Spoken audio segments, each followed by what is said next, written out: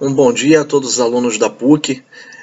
Espero que recebam esse vídeo de forma carinhosa. Eu, assim, estou gravando de um ambiente mais informal. Não estou em estúdio nem em escritório. Então, estamos no meio dessa pandemia, né? E escolho aqui o meu quintal, basicamente, né, para fazer essa gravação. Então, peço desculpas desde já. Talvez um pássaro cante, um cachorro possa vir a latir, mas o conteúdo que nos importa, eu acho que vai estar aqui com vocês, né? Espero que os teus alunos, Sônia, consigam aproveitar o máximo possível, e deixo desde já o meu canal aberto também com vocês, né? Vou deixar meus contatos ao final, para o que precisarem eu estou à disposição. Esse primeiro ponto colocado sobre as empresas aqui no Brasil, se elas estão tentando antecipar as exigências de mercado, se elas estão seguindo isso, se elas têm inteligência na estratégia ou não, é um ponto um tanto crítico para nós que estamos trabalhando com inteligência há algum tempo, né? As companhias geralmente têm naturalmente um processo de inteligência, naturalmente monitoram a concorrência, com um pouco mais de sofisticação, um pouco menos, mas de uma forma ou de outra elas já trabalham com isso, né? O que a gente pode observar é que em grande parte das empresas há uma desconexão entre o que ela se tem em termos de pensamento estratégico, entre o que ela tem de proposta de valor, entre o que ela tem de planejamento estratégico e a sua execução de inteligência, né? Às vezes a gente vê um pouquinho um descolamento dessas duas coisas. No último livro que a gente pôde escrever, A Nova Geração de Inteligência, a gente aborda então um pouco uma metodologia onde a empresa possa ter um planejamento estratégico um pouco mais apoiado pela inteligência de mercado. Então, a gente entende que inteligência de mercado pode ajudar uma companhia tanto na formulação da sua estratégia, do ponto de vista que ela pode obter informações mercadológicas, traçar cenários, entender tendências, e a partir daí a empresa traça o seu plano estratégico. E depois disso, com o plano estratégico já traçado, a companhia naturalmente pode vir a utilizar de inteligência num processo de monitoramento da eficiência dessa inteligência, se os resultados estão acontecendo ou não. Então, para que uma companhia antecipe um pouco o movimento de mercado ou tenha inteligência associada à sua estratégia, para nós é preciso esse movimento, quer dizer, a inteligência alimenta a formulação da estratégia e a estratégia já posta, a estratégia já construída, a inteligência de mercado vem monitorando o mercado e os resultados dessa estratégia que a empresa propôs. Essa é a minha percepção sobre esse primeiro aspecto.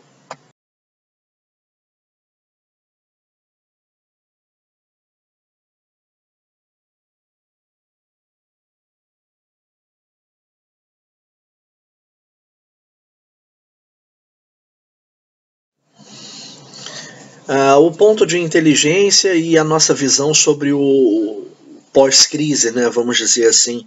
Nós estamos enfrentando aí essa crise de Covid-19, nós estamos enfrentando uma crise que talvez pessoas abaixo de 30, 40 anos ainda não tenham podido viver, né?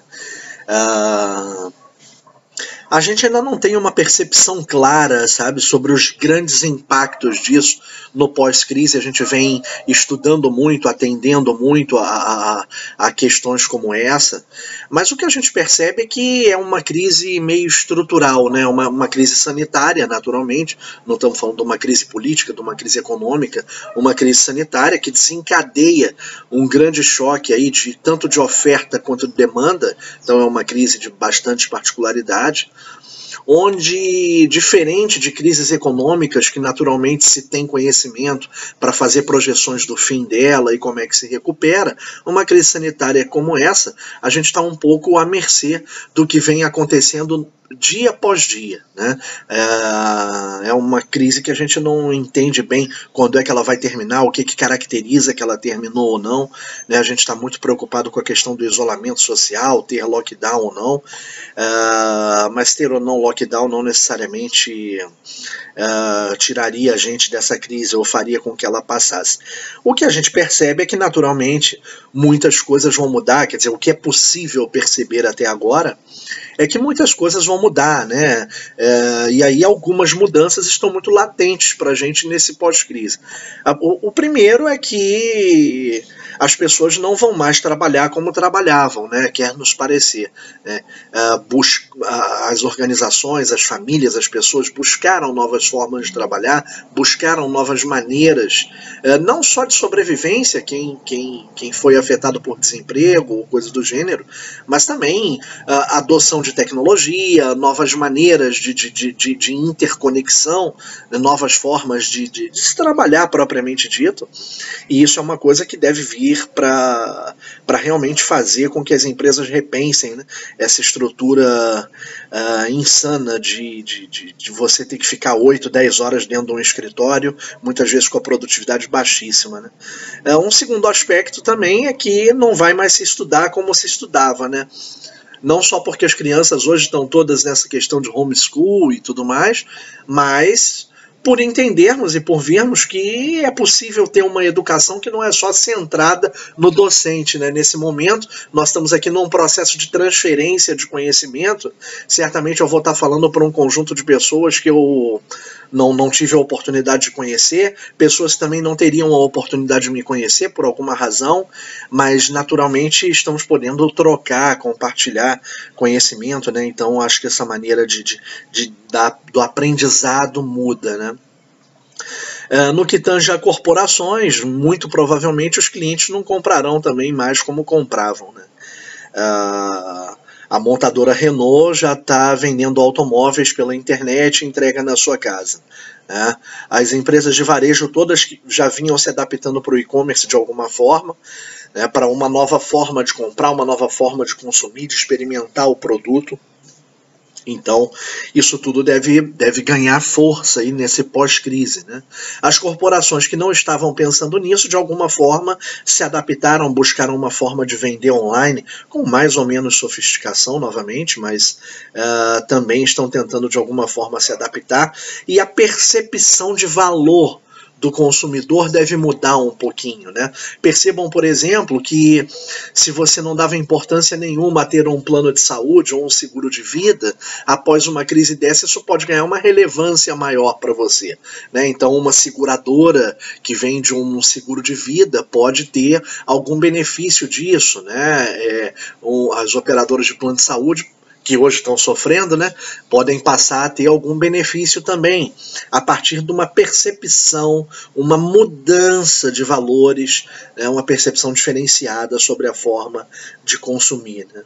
O processo de colaboração é um outro elemento que a gente acredita também que vai passar a vigorar muito, quer dizer, empresas cooperando entre si e horas estão cooperando, horas estão competindo.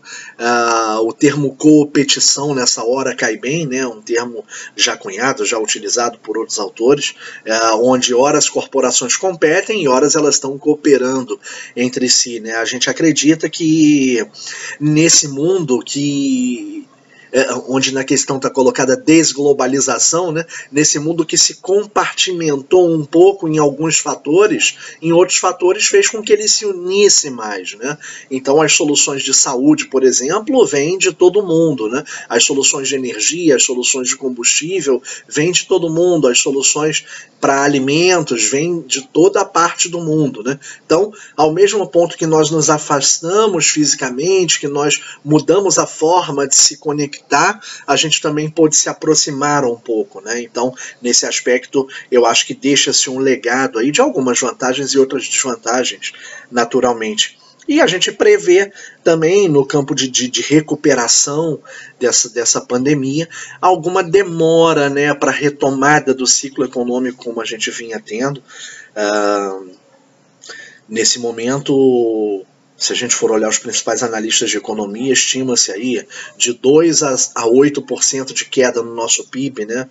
Então, se isso acontecer, a gente teria basicamente uma década perdida, né? Então, são fatores que nos preocupam, e traçar assim uma visão de cenários futuros nesse momento é bastante arriscado. Qualquer coisa que a gente fale pode vir a não se concretizar. O cenário de incerteza é muito grande.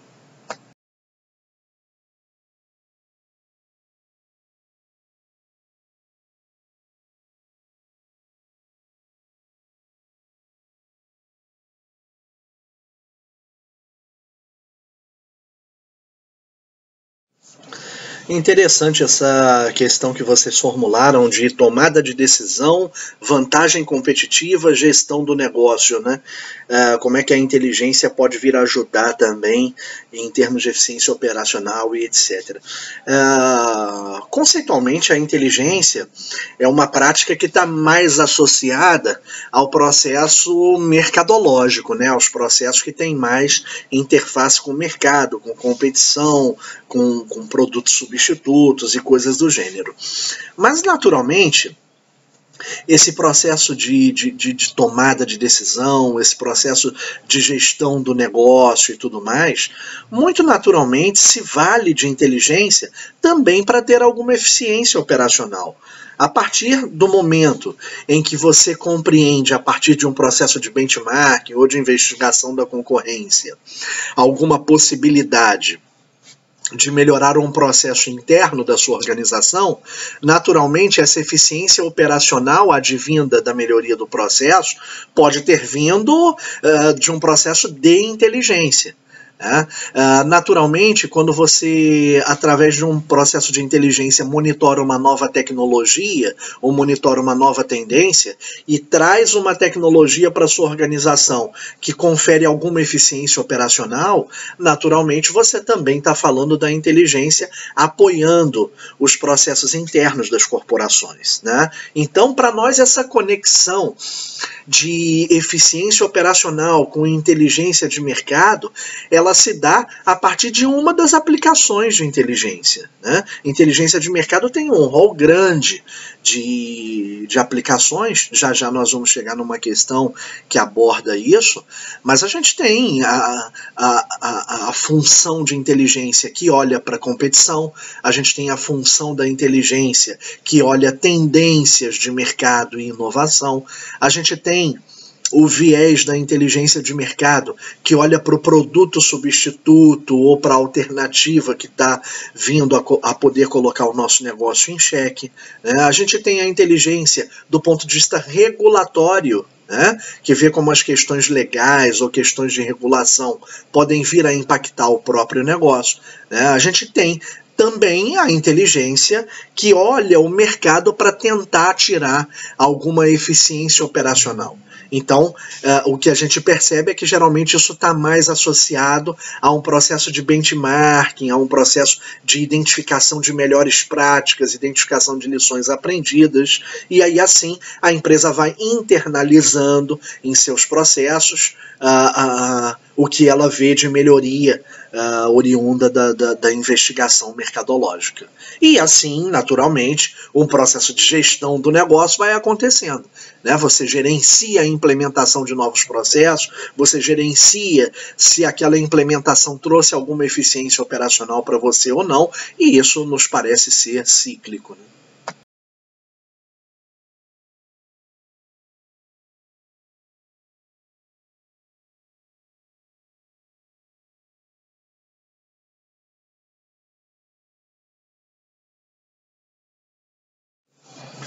Essa questão é interessante, né? A gente, inclusive, escreveu um livro chamado O Perfil do Profissional de Inteligência Competitiva, onde nós abordamos diversas faces da inteligência de mercado, onde a gente abordou as diversas aplicabilidades. questionar se a inteligência de mercado é um método que compete com outros, ou um método que seria um método excludente de outros, não é muito a nossa percepção. Primeiro de tudo, é importante um parêntese, né? O que é a inteligência de mercado, efetivamente? Né? É preciso que se construa uma definição acerca disso, e fica a proposta para que os alunos da PUC construam a sua definição acerca de inteligência. Né? Mas a nossa visão é que inteligência é um conjunto de práticas que faz com que a sua companhia monitore o mercado de forma ininterrupta para considerar os aspectos mercadológicos no seu processo decisório. Então, olha quantos elementos isso traz, né? A inteligência de mercado, naturalmente, como uma ferramenta, não ferramenta tecnológica, mas como uma ferramenta de gestão, onde uma organização pode coletar informações de mercado, analisar informações de mercado e disseminar informações de mercado para suas estruturas de decisão, para suas estruturas gerenciais, né, para toda e qualquer pessoa que esteja numa função que é afetada por mercado. Então, o que a gente vê é complementariedade de métodos. Não é concorrência. A inteligência competitiva, muito naturalmente, ela é aplicada de forma distinta pelas corporações, né? Mas a gente não enxerga que ela tem de alguma forma uma concorrência com outras práticas, e sim uma complementariedade. Então, se uma empresa tem, por exemplo, um processo muito bem estruturado de gestão do conhecimento, né, ela utilize muito práticas de gestão do conhecimento, como comunidades de prática, como memória organizacional, como banco de boas práticas e lições aprendidas, e ao mesmo tempo mantém um processo de inteligência. Então, de um momento onde uma prática olha conhecimentos e informações mais internas, vamos dizer que a gestão do conhecimento esteja fazendo esse papel, a inteligência de mercado olha informações externas, busca conhecimento de fora para dentro. E elas se correlacionam, por quê? Porque num processo de inteligência, muito naturalmente, a informação que está na cabeça dos colaboradores de uma companhia, a informação que uma área comercial possui sobre o cliente, a informação que uma área de produtos possui sobre seu portfólio, né? As informações e conhecimentos que a área de marketing possui sobre o mercado em geral, elas são muito interconectadas. Então a gente entende que a inteligência competitiva faz parte de um conjunto de práticas gerenciais que se complementa com muitas outras. Sobre se ela se destaca de outras, a gente nunca parou para pensar sobre esse aspecto, porque todas as práticas de gestão têm sua importância, né? Não existe uma mais importante e uma menos. Existe a que mais se aplique a uma determinada demanda e outra que se aplique menos. O que a gente vê, novamente, são facetas distintas que as organizações usam. Às vezes a organização usa a inteligência mais para melhorar seus processos internos. Às vezes ela usa a inteligência quando ela quer entrar em novos mercados. Às vezes ela usa a inteligência quando ela está perdendo o mercado e quer identificar mais o que a competição está fazendo. Então, o que muda é a forma como a inteligência é aplicada. Então, a gente não vê muita competição assim. Muito naturalmente, né, para a gente fechar esse ponto, deve ter algum overlap entre essas práticas de gestão, naturalmente, mas é preciso que uma organização gerencie isso da melhor forma possível.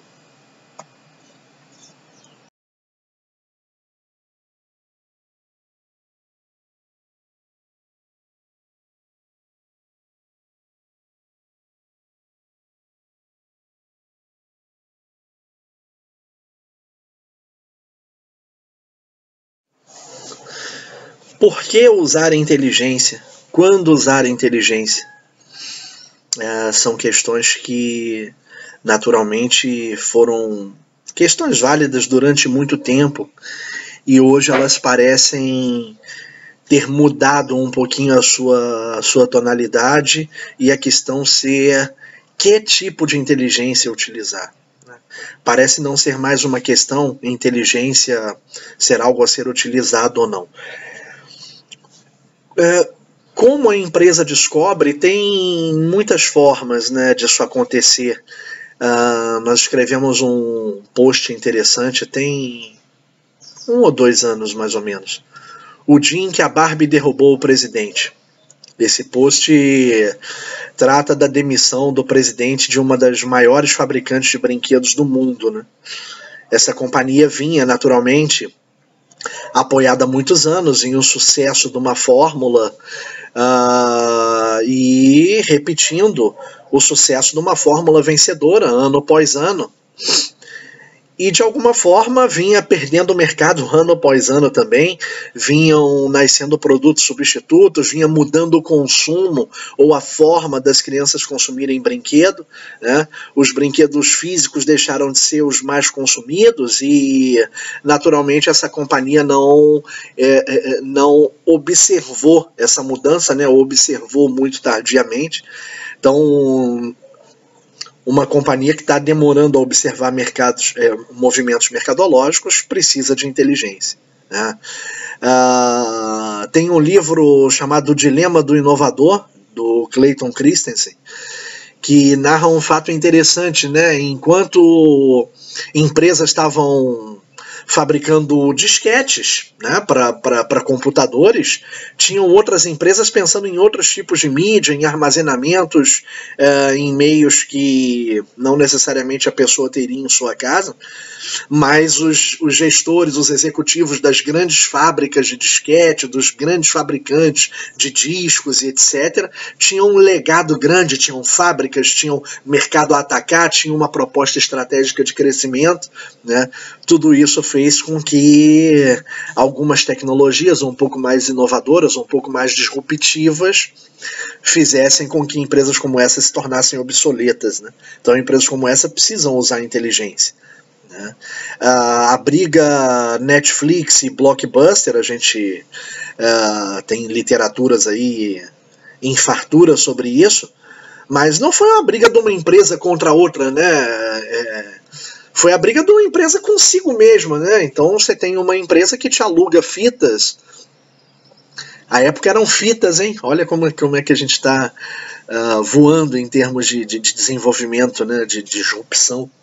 Então, uma empresa te alugava fitas, te alugava CDs e torcia para que você devolvesse com 1 ou 2 dias de atraso, porque ela ia lhe multar, né? E essa multa compunha o faturamento dela. Então, quer dizer, imagine você que uma empresa viveu anos e anos e anos a partir da punição de cliente. É claro, é óbvio que se nascesse um modelo de negócio mais interessante para o consumidor, ele ia abandonar essa empresa e iria para um modelo de negócio novo. Então, meus amigos e minhas amigas, o que a gente percebe é que descobrir que você precisa de inteligência pode ser tarde. Você descobre no movimento de perda de market share. Você desenvolve um processo de inteligência para recuperar essa perda. Você descobre que precisa de inteligência quando sai uma disrupção, um produto muito inovador. E aí você, naturalmente, precisa fazer inteligência para correr atrás. Né? Você descobre que precisa de inteligência quando a concorrência tem uma capacidade de throughput de produtos, tem uma capacidade de desenvolvimento e colocação no mercado, vamos dizer assim, de produtos muito mais veloz que você. Aí você precisa de inteligência. Né? Você precisa de inteligência quando a tua empresa tem uma eficiência operacional muito menor do que toda a competição, o que faz com que você tenha maior custo produtivo, o que faz com que o seu produto chegue mais caro na ponta, o que faz com que você perca a competitividade lá. Então, todas essas questões que fazem com que uma empresa descubra que é necessário inteligência são questões que, de uma maneira ou de outra, já vão colocar a tua empresa em algum retardo. Né? A grande questão da inteligência é ela ser usada para que isso não aconteça. Então, quando a gente percebe que uma empresa descobriu que precisa de inteligência, alguém acordou e precisa de inteligência, pode ser tarde. Então, o momento certo é o momento onde as coisas ainda não aconteceram. Né? Então, hoje você vê companhias líderes de mercado implantar processos de inteligência para manutenção dessa liderança. né? Então, essa é a nossa percepção sobre a necessidade de inteligência.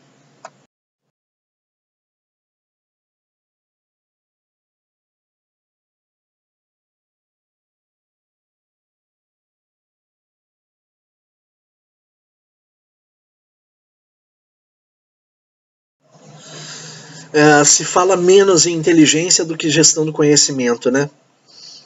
Essa questão propõe isso. A gente precisa entender as nossas leituras, todos esses anos que a gente está lecionando, todos esses anos que a gente está no mercado, a gente precisa fazer uma leitura acerca das rotulações das coisas, né? Então, assim, eu monitoro o meu competidor, eu monitoro um processo regulatório, e assim, quem olha o meu competidor é o comercial, quem olha o regulatório é meu jurídico, ou minha área de P&D, alguma coisa assim. Isso pode ou não levar o nome de inteligência, mas a companhia está fazendo inteligência. Eu tenho inteligência de mercado, a minha empresa tem inteligência de mercado ou usa inteligência de mercado porque nós temos uma área de inteligência de mercado. Aí você vai ver o que aquela área está fazendo. Ela está gerando um monte de reportes em cima de informações internas da companhia, gerando relatórios que de alguma maneira até subsidiam decisão, até colocam os executivos mais informados. Mas de ambiente mercadológico ela não tem nada. Mas aí ela tem uma área chamada inteligência competitiva ou inteligência de mercado. Então notem, a rotulação talvez seja menos importante do que o que a prática traz para a companhia. Falar de inteligência de mercado dentro de uma companhia pode ser bastante efetivo, montar uma área de inteligência pode ser bastante efetivo, mas rodar efetivamente práticas de inteligência, olhar efetivamente para o seu competidor, para o seu consumidor, para um produto substituto, para uma tecnologia, para uma inovação, pode ser mais importante. Desse ponto de vista, eu acho que se fala menos em inteligência, mas se pratica mais. E se fala mais em gestão do conhecimento, mas se pratica menos. É curioso, né? Então, não vou editar essa tosse, vou deixar a tosse aí. E quero crer que não seja o corona, né? Mas o que a gente percebe, e aí fecha o primeiro ponto dessa questão, né? Muito se fala sobre gestão do conhecimento, menos sobre inteligência, o que é inteligência. E a segunda parte da questão é extremamente relevante. Evangelizar sobre a inteligência. Então, nós desenvolvemos um ciclo de inteligência, uma metodologia para a implantação de inteligência nas organizações, onde a gente entende que uma empresa precisa ter lá o movimento de entender as necessidades de inteligência, precisa montar uma árvore ou um mapa de inteligência, precisa capturar informações do mercado, precisa analisar essas informações, precisa disseminar internamente essas informações mercadológicas e, por fim desse ciclo, né, precisa também ter a capacidade de monitorar os resultados desse processo de inteligência. Agora, dentro desse ciclo, ou para que esse ciclo aconteça, tem uma série de outras coisas que são importantíssimas. E onde a comunicação e sensibilização, vocês estão chamando aqui de evangelização, né? Mas a comunicação e sensibilização é um ponto importantíssimo nesse processo. Muitas vezes, a partir de um processo de comunicação e sensibilização, tudo fica mais claro na companhia acerca de onde a inteligência pode ajudar, que benefícios ela pode trazer, como é que cada uma das áreas cooperam com esse processo, qual é a grande finalidade dela e, principalmente, o que não é o papel dela também. Né? Muito natural, você monta uma área de inteligência numa companhia, toda e qualquer dúvida vai para essa área, né? E às vezes essa área vira uma geradora de report, uma geradora de relatórios ou de pesquisa, e a gente entende que inteligência é um suporte a um processo decisório. né? Então, evangelizar, comunicar, sensibilizar é essencial num processo de inteligência. Um projeto para uma grande rede, a TV Globo, né? Onde precisávamos montar um processo de inteligência a partir do que outras companhias vinham fazendo, a partir do que vinha acontecendo nos mercados acerca de tendência de consumo e tudo mais. E a gente percebeu, ao conversar com executivos, que a maior parte das coisas que eles queriam saber já estavam respondidas. Só que um estava numa área, outro estava na outra área, o outro estava numa terceira área, outro numa quarta, quinta, sexta. E essas coisas, se fossem interconectadas, já geraria a inteligência para a qual essa rede estava querendo contratar a gente para fazer, né? Então a gente mudou um pouquinho a tônica do projeto, né? Fez muito mais gestão do conhecimento, olha as coisas se interconectando, né? Fez muito mais gestão do conhecimento do que inteligência, do ponto de vista de olhar para fora. Por quê? Porque as áreas em seus compartimentos já estavam olhando para fora e isso trouxe um efeito muito positivo para a companhia, né? Ela levou menos tempo para obter essas respostas, ela interconectou melhor as áreas, então a inteligência precisa realmente estar muito capilarizada na companhia para que ela aconteça de forma efetiva.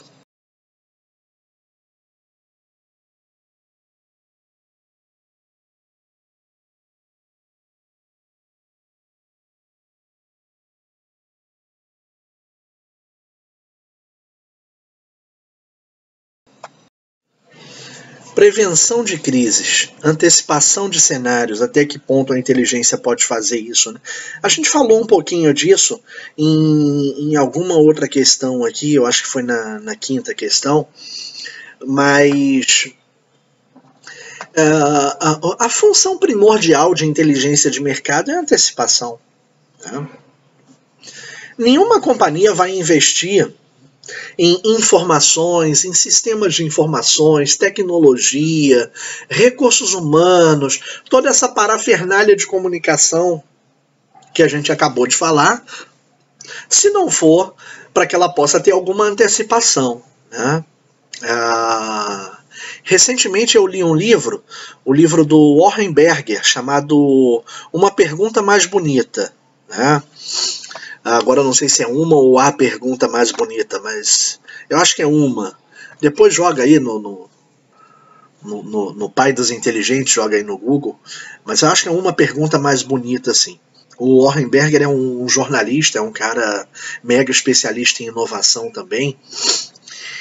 E por que eu estou falando desse livro? Porque ele tem muito a ver com a função da inteligência e antecipação, né? Nesse livro, Uma Pergunta Mais Bonita, embora o título pareça romântico, a ideia dele é mostrar como empresas como Google, Netflix, Airbnb, Ideal, como é que empresas como essa, que hoje estão assim na crista da onda, porque pegaram modelos de negócio distintos, porque acreditaram numa economia diferente, como é que essas empresas têm um sistema de questionamento, como é que ela monta perguntas, como é que ela está sempre antenada no que está por vir, como é que ela está sempre preocupada com o que pode acontecer, em como vão acontecer as coisas, né? Então, a inteligência, ela não só tem essa capacidade de antecipar, como ela tem isso como função primordial. É claro que a antecipação ela está associada ao processo decisório, né? Ela não está associada diretamente à inteligência. Vamos pegar assim fatos, tragédias assim esperadas. O ataque de 11 de setembro. Já se tinha muita informação coletada sobre isso. Já se tinha muita coisa capturada previamente. Mas, de alguma forma, essa nação não se antecipou a esse movimento. O movimento acabou acontecendo e aí essa nação reagiu. O mesmo acontece com uma organização. Muitas vezes uma companhia já tem muita informação, já capturou muita informação de muitos fenômenos. O que ela não conseguiu ainda é traduzir isso em ações. E aí que está a capacidade de antecipação, né? Então, antecipar é função essencial de um sistema de questionamento, de um sistema de inteligência, de um sistema de perguntas, né? Quando você está montando um processo de inteligência, o que você faz? Você monta kits e kicks, né? Tópicos de inteligência-chave e questões-chave de inteligência. Então, montar essas questões é o que dá capacidade de antecipar. E olhar cenários, prever cenários, muito naturalmente, também vem em decorrência disso. Quando você está monitorando uma série de aspectos, então você pega informação de mídias sociais, você pega informação de rádio, televisão, aí você pega informação da mídia tradicional, jornais, revistas, etc. Pega informações de especialistas, associações de classe. De alguma forma ou de outra, você vai ter alguma capacidade de traçar cenários. Existem metodologias muito específicas de geração de cenários, né? Tem muitas literaturas sobre isso, e aí eu acho que é uma possibilidade de se aproveitar de práticas, né? de estratégia, práticas de cenários, e a inteligência nutrir um pouco esses cenários de negócio que estão sendo traçados, né? Então, essa é a nossa crença, quer dizer, função essencial da inteligência, antecipação, e uma vez que antecipa-se, gera-se alguns cenários, né? Porque é difícil ter uma previsão de longo prazo sem ter um ou dois cenários alternativos, né? Então, acredito que seja por aí essa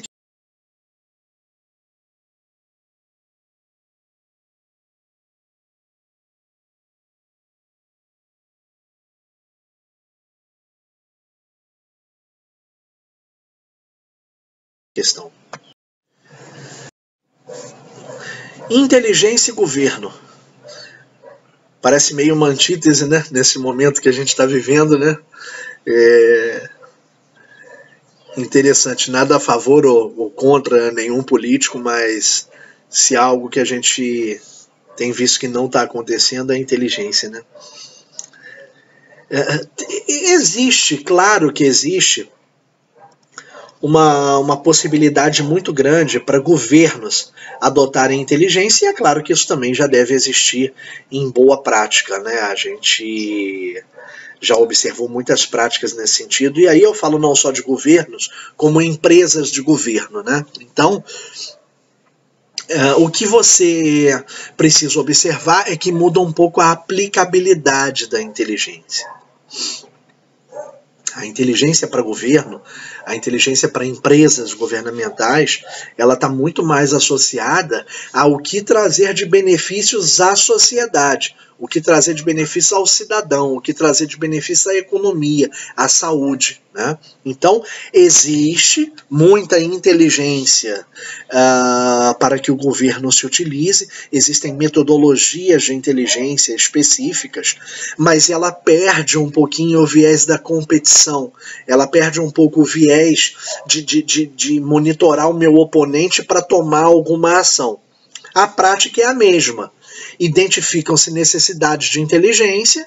Naturalmente, as empresas, né, as organizações governamentais precisam capturar informações em larga escala, analisar essas informações, disseminar e os governantes ou líderes ou gestores públicos tomarem decisão, né? Então, os governos podem utilizar a inteligência, por exemplo, para melhorar o processo da saúde num país, num estado, numa cidade, né? A partir de práticas de monitoramento. Então, eu vou ter aqui monitoramento de boas práticas em saúde em países onde a gestão de saúde pública é muito avançada. Eu, de alguma forma, estou indo lá capturando informação e conhecimento, analisando isso, disseminando e transformando isso em ação. Eu posso usar muita inteligência para a segurança pública. E nesse campo eu acho que o Brasil até avançou um pouquinho, né, relativamente bem, onde a partir de um processo contínuo de monitoramento de boas práticas, de tentar entender tendências, de incorporação de novas tecnologias, você pode melhorar a segurança pública num país, né? A adoção de tecnologias educacionais também é possível ajudar um país, um estado, ou até mesmo uma cidade, a melhorar os níveis de aprendizado dos cidadãos, né, dos usuários, do sistema educacional daquela esfera, né, seja ela federal, municipal ou estadual. Então, a gente entende que inteligência pode ajudar, mas ela tem essa diferença, né? O viés não é a competição, o viés é o cidadão, o viés é a comunidade, né? O viés é a melhoria dos processos de gestão da máquina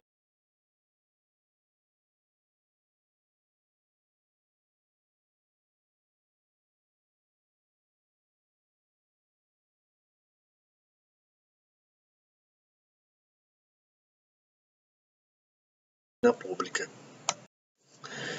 Inteligência nos negócios digitais é fascinante, né? O que a internet trouxe, não estou falando nem de redes sociais ainda, tá? Mas o que a internet trouxe de possibilidade de melhoria para a inteligência é algo inimaginável, né?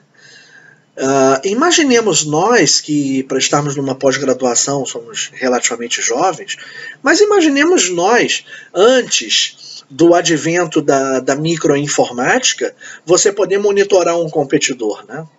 Imagine você numa empresa mega tradicional de fabricação de laticínios, numa empresa de fabricação de autopeças, você entendeu o que está acontecendo na Alemanha, nos Estados Unidos, com o teu competidor ali, você está em São Paulo, ele está no Sul, né?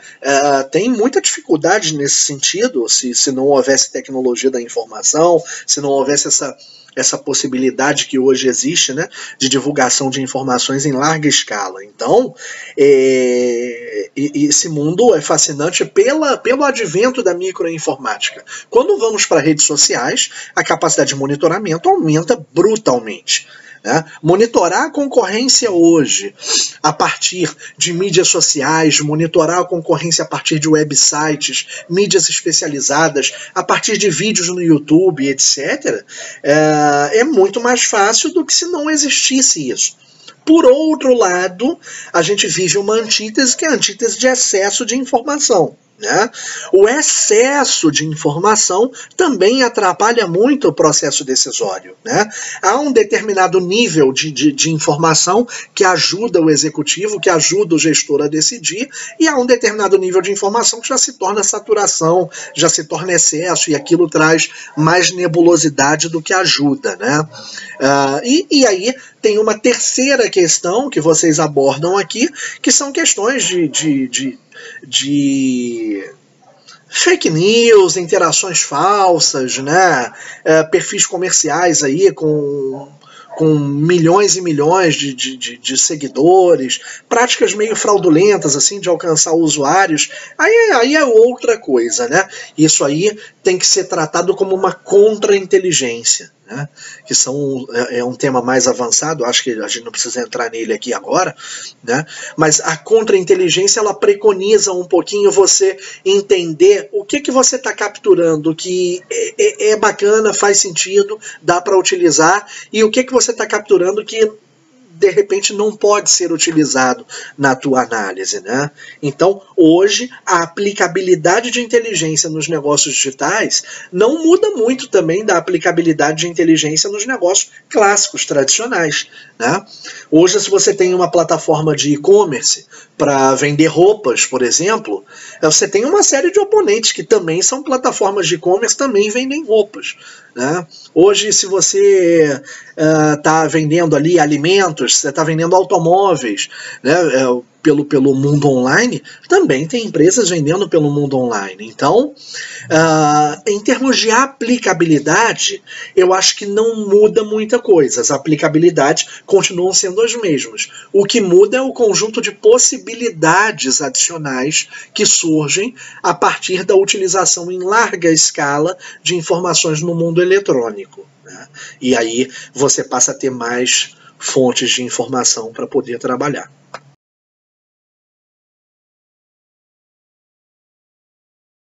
Dessa forma eu encerro aí as respostas às questões colocadas por vocês. Para mim foi um prazer gigante poder apoiá-los. Fiz isso com muito carinho aqui no ambiente da minha casa, aqui, né, em menos estúdios corporativos. Fiz com um carinho tremendo isso para vocês. Espero que aproveitem e se utilizem bastante de mim, da Intelligence Hub. A gente tem N fontes de informação bastante legais. Um ótimo proveito para vocês, tudo de bom!